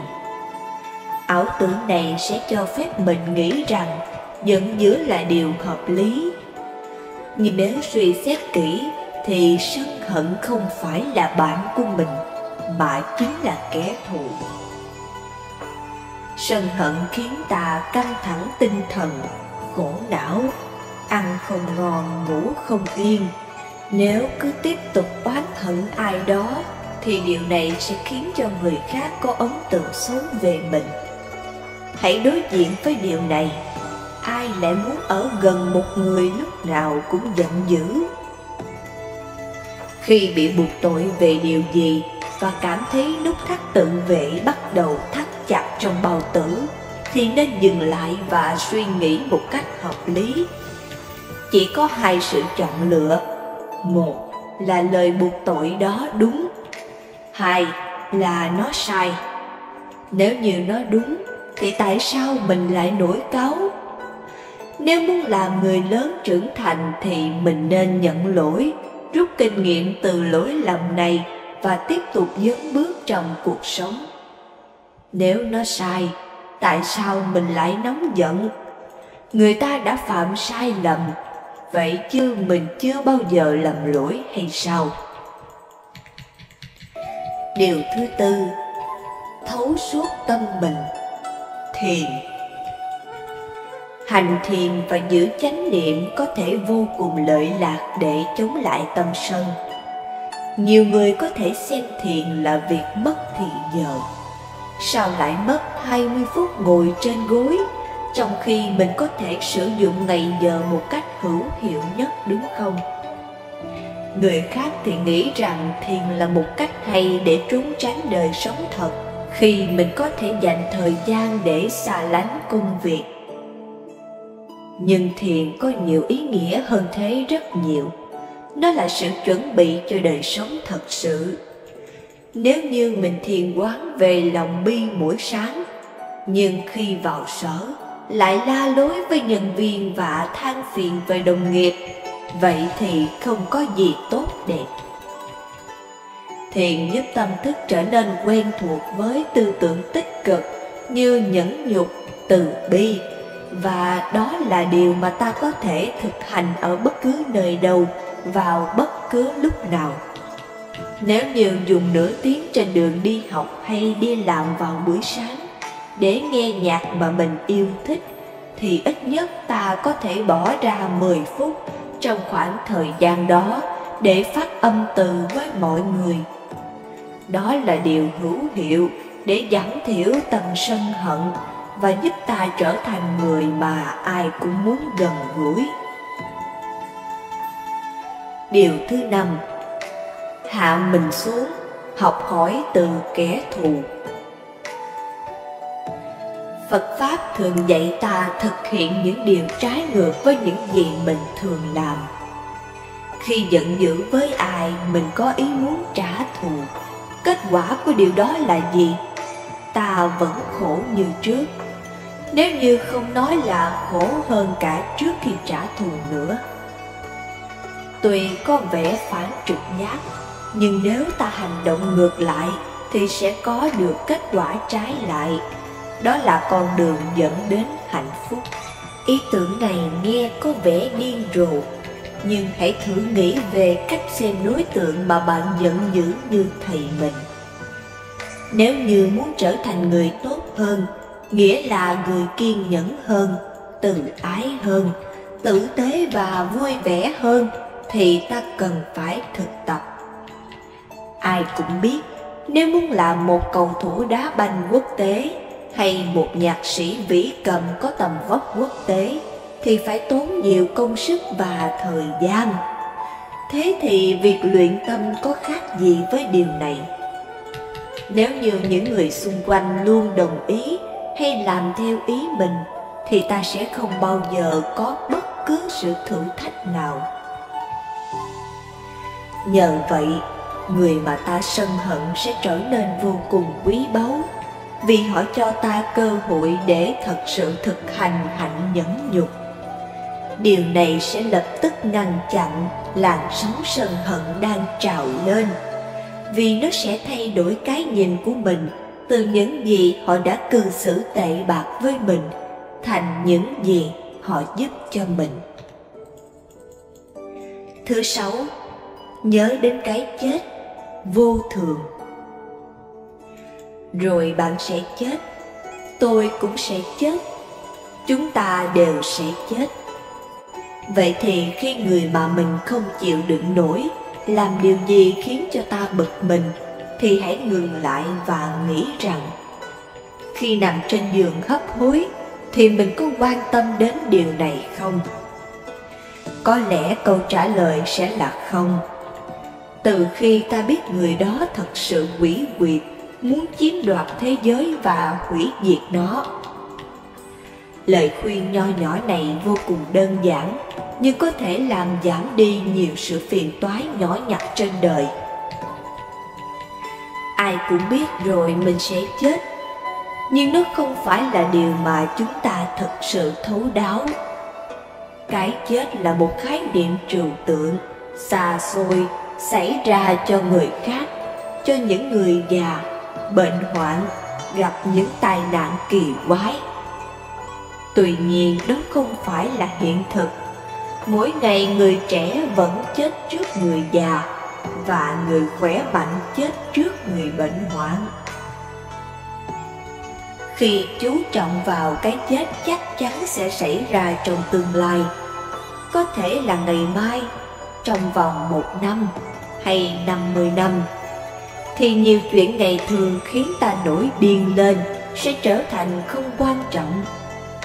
Không phải là chúng không làm cho mình thấy bực bội, mà ta sẽ nhận ra rằng không cần phải tốn thì giờ, hơi sức hay năng lượng quý giá của mình vì những điều này làm gì. Thứ 7, tạo tác điều gì? Nghiệp lực. Người ta thường nói, mình tạo ra nghiệp gì thì sẽ nhận lấy quả đó, hay đó là nghiệp của hắn xứng đáng để gánh lấy những gì đang xảy ra cho hắn. Điều này ngụ ý rằng người ta gieo gió thì sẽ gặt bão. Điều này không hẳn là sự hiểu biết về nghiệp trong nhà Phật, vì nó phức tạp và tinh vi hơn nhiều. Dù vậy, khi người ta hả hê nói rằng nỗi khổ của người khác là nghiệp của họ, thì phần đông lại ngần ngại để nhìn nhận khi chính bản thân họ ở trong tình huống khó xử. Điều này xảy ra vì nghiệp của họ. Tất cả những gì mình kinh qua, từ khoảnh khắc vô vàn hân hoan cho đến đáy sâu tuyệt vọng, đều sinh khởi từ nhân duyên. Những nhân duyên này không phải bất thình lình rơi xuống từ thinh không, vận vào thân ta, mà do chính mình tạo ra. Vậy thì thay vì nổi giận khi gặp phải cảnh ngộ thê thảm, bạn nên ngừng lại và nghĩ rằng điều này xuất phát từ đâu? Mình có muốn làm cho nó thêm tệ hại không? Nghiệp là cách hành động bốc đồng, phản ứng theo thói quen mà mình luôn có. Nếu hiểu cách nghiệp vận hành thì ta sẽ thấy mình có khả năng thay đổi những kinh nghiệm trong tương lai, dựa vào những gì mình đang làm trong hiện tại. Và ở đây nó có nghĩa là thực hành hạnh nhẫn nhục khi tâm sân phát sinh. 8. Nó không phải là thật, tánh không. Tuy hạnh nhẫn nhục có thể là pháp đối kháng trực tiếp với tâm sân, nhưng tánh không lại là pháp đối kháng mạnh mẽ nhất. Không chỉ đối với tâm sân hận, mà đối với mọi khó khăn và vấn đề của mình. Trên thực tế, không cần biết mình kiên nhẫn đến mức nào, mà nếu chưa thấu đáo được tánh không hay không tướng, thì khó khăn sẽ tiếp tục rơi xuống thân ta như mưa trong mùa mưa ở Ấn Độ. Nếu bỏ ra một chút thời giờ để phân tích tâm mình khi nổi giận, thì ta sẽ chú ý tới một điều. Đó là cảm giác về mình hay tôi. Tôi rất giận vì điều bạn nói với tôi. Tôi không thể tin nổi điều anh ta đã làm đối với bạn của tôi. Chắc chắn là tôi đúng về vấn đề này, và chắc chắn là cô ta sai. Tôi. Khi nổi giận thì ta sẽ có cơ hội tuyệt hảo để phân tích cái tôi xuất hiện vô cùng vững chắc. Nó không hề hiện hữu.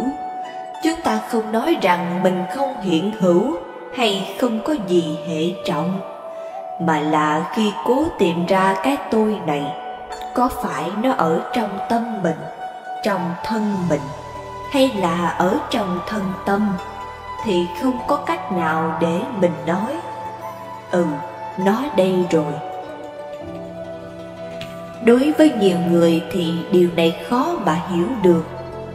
Nhưng thực tế là khi bắt đầu phân tích thực tại thì nó sẽ thay đổi cái nhìn của mình một cách triệt để.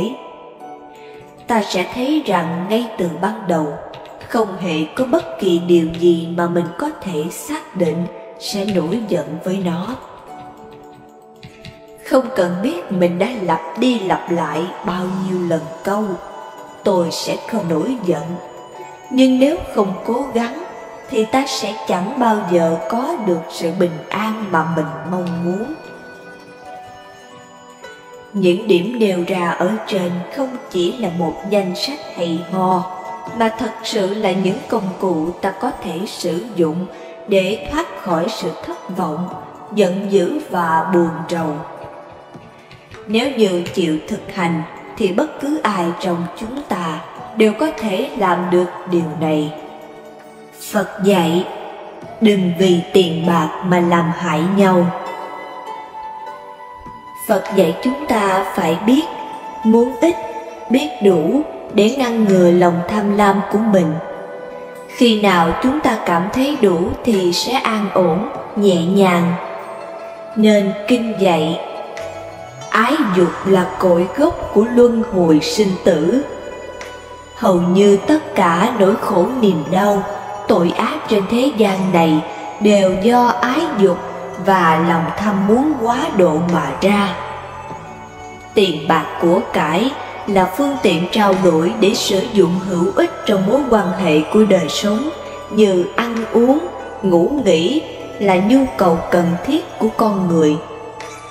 Về cơ bản, con người là chúng sinh cõi dục, do dục mà được sinh ra và hiện hữu. Con người cần có các nhu cầu ăn, mặc, ở, bệnh, nghỉ ngơi, giải trí, hoạt động đi lại, giao tiếp và thưởng thức các loại cảm xúc khoái lạc giác quan. Con người không thể sống mà không ăn uống, ngủ nghỉ, vui chơi giải trí, thư giãn sau khi làm việc. Tài sản, của cải vật chất vốn là huyết mạch để bảo tồn sự sống cho tất cả mọi người. Mạch nhảy, máu lưu thông chạy khắp cơ thể, nên con người mới sống và tồn tại. Tài là khả năng con người có được nhờ học hỏi, nghiên cứu, tìm tòi, luyện tập và biết vận dụng phát huy vào trong đời sống để mưu cầu hạnh phúc. Ở đời, ai cũng có tài, dù nhiều hay ít, tùy theo khả năng mỗi người. Từ tài năng đó, con người làm ra đồng tiền để nuôi sống bản thân, gia đình và góp phần xây dựng an vui, hạnh phúc cho xã hội. Tài sản nói chung bao gồm tất cả phương tiện vật chất liên quan đến đời sống con người, trong đó có vàng bạc, tiền, nhà cửa và ruộng đất. Ngày xưa, khi con người chưa biết xài tiền nên chỉ trao đổi hàng hóa bằng các phương tiện vật chất để đáp ứng nhu cầu sinh sống. Sau này con người văn minh, tiến bộ nên chế ra tiền để làm phương tiện cân bằng giá trị vật chất. Tiền là đầu mối quan trọng làm con người đam mê phát huy tài năng để có được nhiều tiền. Mặt phải trái của sự giàu có. Ai cũng có ước mơ sau này mình sẽ trở nên giàu có, trừ những người đang sống trong những gia đình khá giả. Và ai cũng có thể ước mơ mình có khối tài sản khổng lồ, những căn biệt thự với sân vườn đẹp mắt, có hồ bơi, các loại xe sang, máy bay riêng để thỏa mãn những gì mình muốn. Vậy, điều gì đã xảy ra với những người đã đạt được những gì họ tham vọng và mong muốn? Tiền có thể mang lại những đổi thay trong cuộc sống, theo hai hướng tích cực và tiêu cực. Một gia đình khi làm ăn được lợi nhuận càng nhiều thì tham vọng càng lớn. Thuyền to sóng lớn. Tuy nhiên, có rất nhiều người rất ham thích tiền, mê tiền đến nỗi lãng quên trách nhiệm đối với gia đình, người thân. Người có nhiều tiền chỉ mang lại sự thoải mái về các phương diện vật chất, nhưng rất lo lắng và sợ hãi. Cho nên họ hay tìm kiếm các thầy tướng số để chỉ bày cách gìn giữ của cải. Họ không biết rằng hiện tại giàu có là do biết gieo trồng phước báu nhiều đời, nên ngày nay mới có được như vậy. Sự thoải mái về vật chất đủ đầy không tạo nên hạnh phúc hay sự mãn nguyện, thậm chí có thể làm cho chúng ta có rất nhiều kẻ ganh ghét, tật đố muốn hãm hại vì quy luật cạnh tranh để mà tồn tại. Sống thoải mái về mọi phương diện vật chất là điều tốt, nhưng cảm nhận được bình yên, hạnh phúc mới là lý tưởng sống lâu dài. Sự giàu có cũng làm lộ ra bản chất của con người.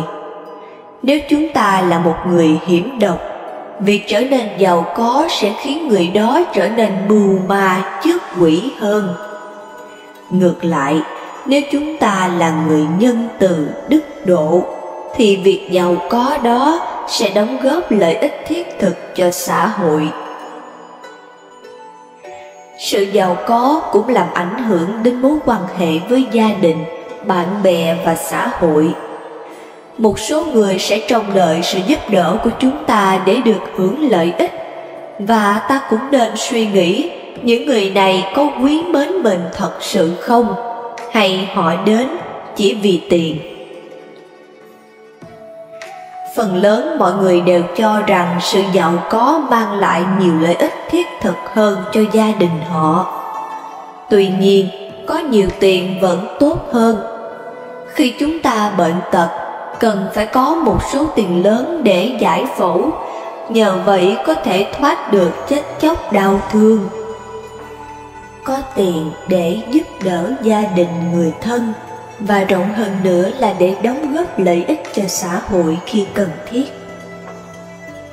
Sự thoải mái trong đời sống vật chất với đầy đủ tiện nghi không thể đem đến hạnh phúc thật sự hay sự mãn nguyện lâu dài, bởi vì lòng tham lam của con người như giếng sâu không đáy.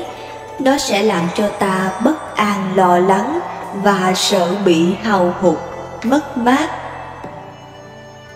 Khi chúng ta đã quen với nếp sống cao sang quyền quý, mọi nhu cầu đều có người phục dịch, sẽ làm cho cái ngã của ta lớn thêm, bởi ta nghĩ rằng mình là trung tâm của vũ trụ, là thầy thiên hạ, tất cả đều là của ta, nên ta càng cống cao ngã mạn, chẳng coi ai ra gì. Nếu ta biết sử dụng đồng tiền đúng chỗ, sẽ đem lại lợi ích cho chính mình, gia đình, người thân và đóng góp lợi ích thiết thực cho xã hội. Chính vì thế, tiền là huyết mạch của sự sống, để mọi người phấn đấu gây dựng bằng tài năng của chính mình qua sự làm việc đóng góp. Có nhiều người nghĩ có tiền là hạnh phúc. Thật ra, tiền chỉ đem lại sự sung mãn về vật chất. Nó không phải là yếu tố chính trong hạnh phúc. Tiền là vật vô tri do con người tạo ra. Nhiều người không hiểu nên bị đồng tiền sai sử, chi phối mà làm những điều xấu ác. Do nhu cầu sự sống, ai cũng cần phải có tiền để nuôi sống bản thân và gia đình. Nhưng đồng tiền làm ra phải bằng mồ hôi, nước mắt của chính mình. Thật ra, ai cũng ước mơ đáng quý và trân trọng. Lớn lên có một số việc làm ổn định, có vợ hoặc chồng và có con để xây dựng hạnh phúc gia đình và góp phần an sinh đời sống cho xã hội. Kinh Pháp Cú dạy: dầu mưa bằng tiền vàng, các dục khó thỏa mãn. Dục đắng nhiều ngọt ít, biết vậy là bậc trí. Phật còn đưa ra một ví dụ khác. Người đam mê đắm say, chạy theo ngũ dục quá đáng, thì chẳng khác gì người khát nước mà uống nước muối, càng uống càng thêm khát. Chính vì vậy, Phật dạy chúng ta phải biết muốn ít, biết đủ để ngăn ngừa lòng tham lam của mình. Khi nào chúng ta cảm thấy đủ thì sẽ an ổn, nhẹ nhàng. Nên kinh dạy, ái dục là cội gốc của luân hồi sinh tử. Hầu như tất cả những nỗi khổ niềm đau, tội ác trên thế gian này đều do ái dục và lòng tham muốn quá độ mà ra. Một đời sống có ý nghĩa và giá trị là một đời sống không quá lệ thuộc vào phương tiện vật chất. Nhưng không thể không có tiền bạc và tài sản, vì nó là phương tiện để nuôi sống chúng ta, để đảm bảo một đời sống tốt đẹp, hài hòa.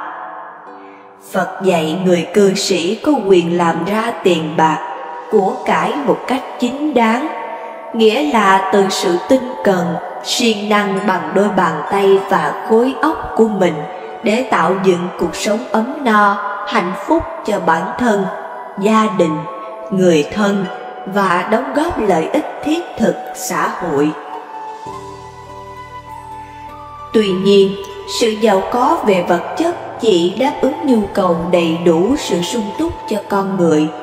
Hạnh phúc thật sự trong cuộc sống không phải là người có nhiều tài sản, tiền bạc quyền uy, thế lực, nhà cao cửa rộng, mà chính là tự do không bị ràng buộc bởi tham lam, sân hận và si mê. Đó là một thứ hạnh phúc chân thật lâu dài. Dù chúng ta có nhiều tiền bạc, vẫn không thể mua bán, đổi chác được. Do đó, ngoài việc có nhiều tiền bạc, của cải để có cơ hội phục vụ tốt cho gia đình, đóng góp cho đời, chúng ta cần phải thăng hoa đời sống tinh thần, phát huy con người tâm linh, nên thường sống trong chánh niệm tỉnh giác, mở rộng tấm lòng từ bi thương xót muôn loài bằng tình người trong cuộc sống. Nhờ vậy chúng ta biết vun bồi xây dựng tài sản tâm linh, nên các tâm tư mê muội không có cơ hội xen vào như toan tính, hơn thua, tranh chấp, hận thù, tàn sát giết hại lẫn nhau, làm tổn thương nhân loại. Tiền bạc của cải có thể giúp ta giải quyết nhiều thứ trong cuộc đời, nên trước tiên ai muốn bảo tồn sự sống là cần phải có tiền. Nhưng tiền bạc, của cải, khi có thì ta phải biết sử dụng như thế nào cho hợp lý. Một người nông dân muốn sống an vui, hạnh phúc thì phải biết sử dụng 4 yếu tố căn bản sau đây. Có công ăn việc làm ổn định, nuôi sống bản thân và luôn thường xuyên trau dồi công việc, nghề nghiệp được tốt đẹp. Tiền bạc và tài sản là phương tiện để con người sinh sống, phục vụ cho cá nhân có nhu cầu ăn, mặc, ở hàng ngày. Muốn vậy, trước hết ta phải có một việc làm ổn định về lâu về dài. Nhưng nghề nghiệp mình chọn không làm tổn hại cho nhân loại. Các nghề nên tránh như mua bán vũ khí, nô lệ, phụ nữ, các chất gây say, gây nghiện như rượu, xì ke, ma túy, chế tạo thuốc độc hoặc trực tiếp sát sinh hại vật bằng nhiều hình thức. Đa số chúng ta ai cũng nghĩ có thật nhiều tiền bạc và của cải là hạnh phúc. Đó là điều lầm lẫn quá lớn của nhân loại, nên khi có quyền lực trong tay thì tìm cách vơ vét, gom góp về cho riêng mình. Nhưng tiền bạc làm ra từ sự phi pháp đó rất khó mà tồn tại lâu dài. Khi có nhiều tiền thì phải hưởng thụ, vui chơi trác tán, dễ dẫn đến sa đọa, làm mình và người khổ đau, làm mất hạnh phúc gia đình và tác hại xấu đến xã hội. Tiền làm ra không bằng mồ hôi, nước mắt của chính mình, thường bị năm nhà cuốn trôi. Nhà lũ lụt, nhà hỏa hoạn, nhà trộm cướp, nhà vua quan tịch thu, nhà con cái bất hiếu, phá sản và các tai nạn bất ngờ khác. Chính vì để thỏa mãn lòng tham dục thì con người phải lao đầu vào gian khổ để tranh giành được mất, hơn thua mà tạo thêm nghiệp si mê, không có ngày thôi dứt. Ví dụ như trước đây chúng ta có một chiếc xe máy, rồi chúng ta ước mơ muốn có xe hơi. Khi có được xe hơi rồi thì chúng ta lại muốn xe siêu sang hiện đại. Con người ta sẽ khó dừng lại khi mình không chịu bằng lòng với hiện tại, vì lòng tham con người như giếng sâu không đáy. Nói như vậy không phải là để chúng ta bi quan mà không chịu cố gắng siêng năng làm ăn. Chúng ta vẫn làm việc phục vụ, nhưng bằng cả khối óc và con tim, bằng mồ hôi xương máu của mình, để không làm tổn hại người khác. Hơn nữa, Tiền của tuy cần thiết cho cuộc sống, nhưng đâu phải lúc nào nó cũng mang lại hạnh phúc và an lạc cho chúng ta. Thực tế cho thấy, có những gia đình lúc còn nghèo khó thì mọi người sống rất hòa thuận, vui vẻ với nhau. Nhưng đến khi giàu có rồi thì tình cảm vợ chồng, con cái, anh em lại bị sứt mẻ và đổ vỡ bởi do lòng tham quá độ. Vì lòng tham lam quá đáng mà con người ta có thể nhẫn tâm làm tổn hại người khác để có tiền nhanh chóng. Một số người đã tán tận lương tâm làm ăn phi pháp, như mua bán vũ khí, mua bán phụ nữ, mua bán xì ke ma túy, vì lợi nhuận của những công việc đó quá cao, tạo ra nhiều băng nhóm tội phạm gây hiểm họa cho loài người, dẫn đến sự thiệt hại lớn lao của nhân loại về mặt vật chất lẫn tinh thần. Người Phật tử chân chính vì lòng từ bi thương xót chúng sinh nên không được kinh doanh, mua bán các loại chết người đó. Tiền bạc tài sản nếu sử dụng không đúng mục đích thì trở thành rắn độc. Nhưng thiếu nó, lấy gì để chúng ta sinh sống mà dấn thân phục vụ, hoằng pháp lợi sinh? Mục đích của cuộc sống không phải là giàu có, nhiều tiền của mới là hạnh phúc, mà chúng ta phải biết bằng lòng với những gì đang có trong hiện tại, không nên đua đòi, bắt chước làm bằng người khi ta không có khả năng và điều kiện. Tiền bạc chính là người đầy tớ tốt khi ta biết làm chủ đồng tiền, sử dụng vào việc chi tiêu hàng ngày tùy theo hoàn cảnh của mỗi cá nhân và gia đình. Sức mạnh của đồng tiền thật ghê gớm, nó có thể làm cho con người say mê, điên đảo, bất chấp mọi thủ đoạn. Người có tiền nếu biết sử dụng đúng cách vẫn đỡ hơn người không có tiền.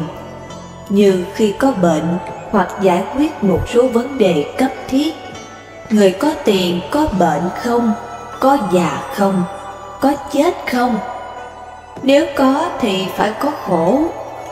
Tuy nhiên, người có tiền có phước vẫn đỡ hơn người nghèo khó, bất hạnh ở chỗ là có tiền thì sẽ sung túc, đầy đủ về vật chất.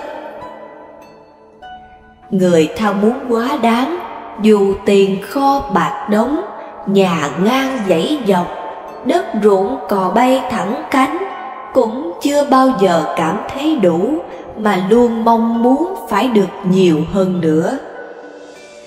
Do đó, người giàu hay kẻ nghèo đều phải biết tu tâm dưỡng tính, thì sẽ chuyển hóa được bất hạnh, khổ đau trở thành an vui, hạnh phúc ngay tại đây và bây giờ. Tiền bạc nói cho cùng cũng chỉ là phương tiện để trao đổi hài hòa các nhu cầu cần thiết trong xã hội.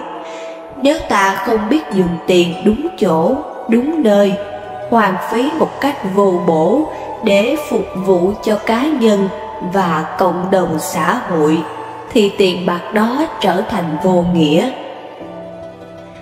Chính vì thế, đồng tiền làm ra phải chân chính. Nếu không thì vô cửa trước, luồn cửa sau, hoặc có mà không đóng góp vào việc lợi ích cho mọi người, thì ta sẽ trở thành kẻ tham lam, bủn xỉn, keo kiệt.